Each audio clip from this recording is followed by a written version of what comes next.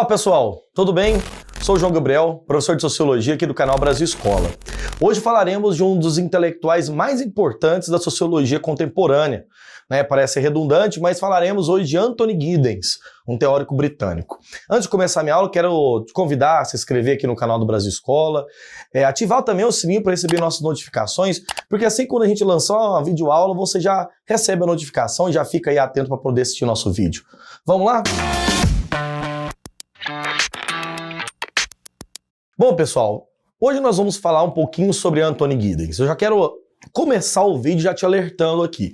É uma aula biográfica, né? E eu vou focar em dois grandes temas do Giddens. Então, eu não vou trabalhar toda a teoria de Anthony Giddens, não, até porque é um sociólogo muito produtivo, né? E evidentemente, por ele estar vivo, ainda suas obras ainda estão aí, né, em franca produção. A primeira coisa importante é salientar o seguinte: Anthony Giddens nasceu na Inglaterra em 1938. Nós estamos aqui no ano de 2020, Anthony Giddens está vivo. Até quando esse vídeo está sendo gravado, ele está vivo.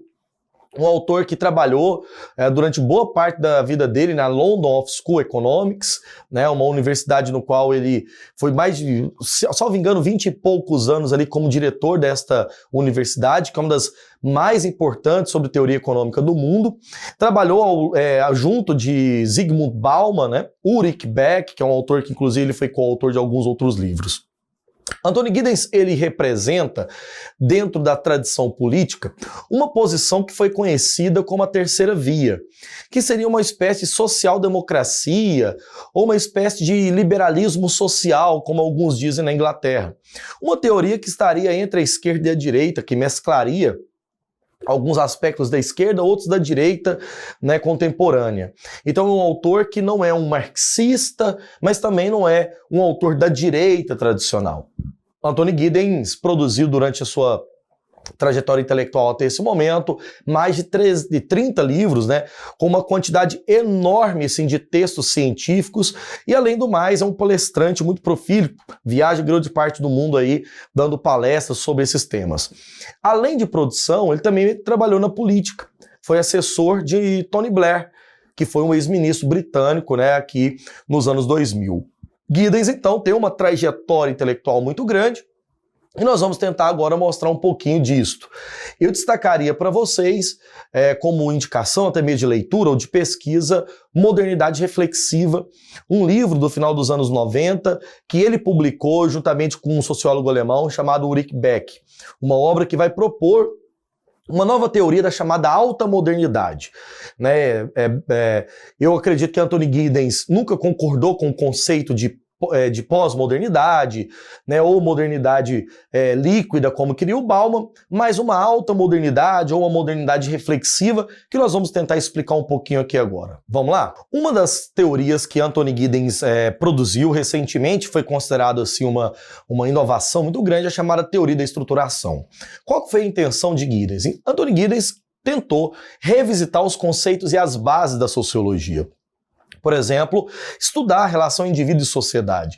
Essa relação já tinha sido estudada muito fundamentalmente por Marx, por Durkheim, por Weber, Inclusive no Durkheim, aquela predominância da estrutura sobre o indivíduo.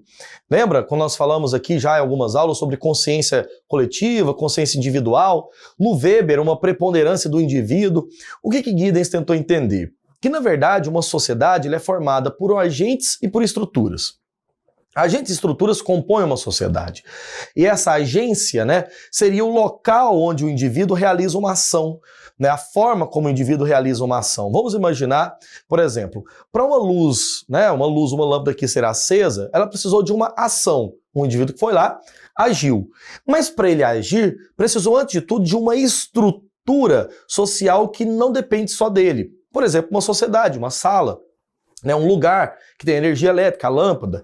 Veja então que os indivíduos eles atuam dentro de uma sociedade como agentes, como pessoas que são ativas num processo de transformação da realidade.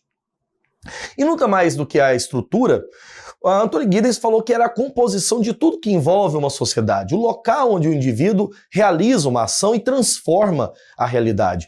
É interessante porque essa visão do Giddens não dá um privilégio do indivíduo sobre a sociedade e muito menos a sociedade sobre o indivíduo. Ele fala que essa relação é uma relação simbiótica, uma relação confusa, né, muito difusa, que relaciona indivíduo e sociedade, agente, né, agência e espaço, a estrutura onde o indivíduo realiza uma determinada ação. Essa teoria dá para notar que aparece nela influências de Durkheim e de Weber, tentando fazer uma mescla que já existia em outros autores.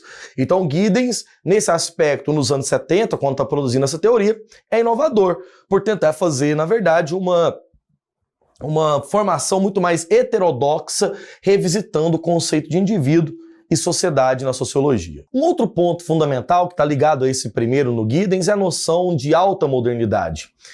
O conceito de modernidade ou alta modernidade nele é interessante porque você deve se lembrar que um dos pontos mais básicos do mundo moderno foi o desenvolvimento do capitalismo, né? O desenvolvimento da tecnologia, uma nova relação do espaço com o tempo, e uma característica simples, né, da modernidade, que é a característica da reflexão, o aspecto do espaço da racionalidade. Olha o que Giddens agora vai entender do nosso tempo.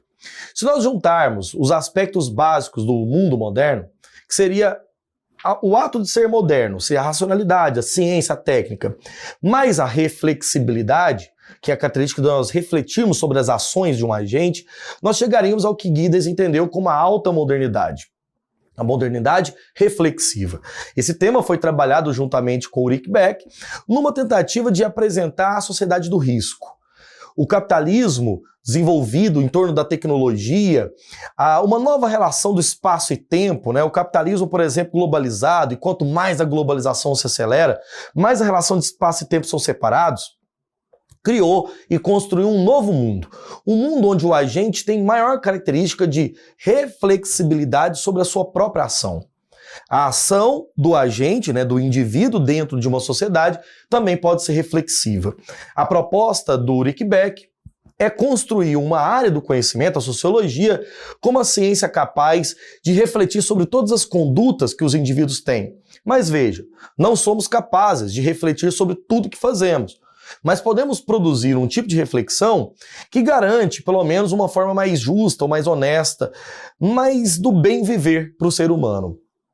O conceito dele de sociedade do risco, trabalhado com Ulrich Beck, é para a gente tentar entender o funcionamento de uma sociedade super tecnologizada, mas ao mesmo tempo que apresenta riscos iminentes, como, por exemplo, grandes epidemias, como estamos passando internacionalmente sobre o coronavírus, riscos do desemprego estrutural, que é uma crise do neoliberalismo, etc.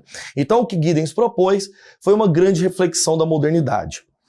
Para terminar, concluir aqui a minha aula, eu quero primeiro, né, indicar a vocês a leitura desse texto do Giddens, procurar, inclusive, aprofundar aqui nos nossos links aqui na descrição, porque a gente vai ter muita coisa para poder falar sobre Anthony Giddens. Mas com certeza, por ainda estar vivo, é um dos ícones mais importantes da sociologia do século XX, que ainda encontra-se em grande produtividade. É um autor que deixou para a sociologia um legado muito grande.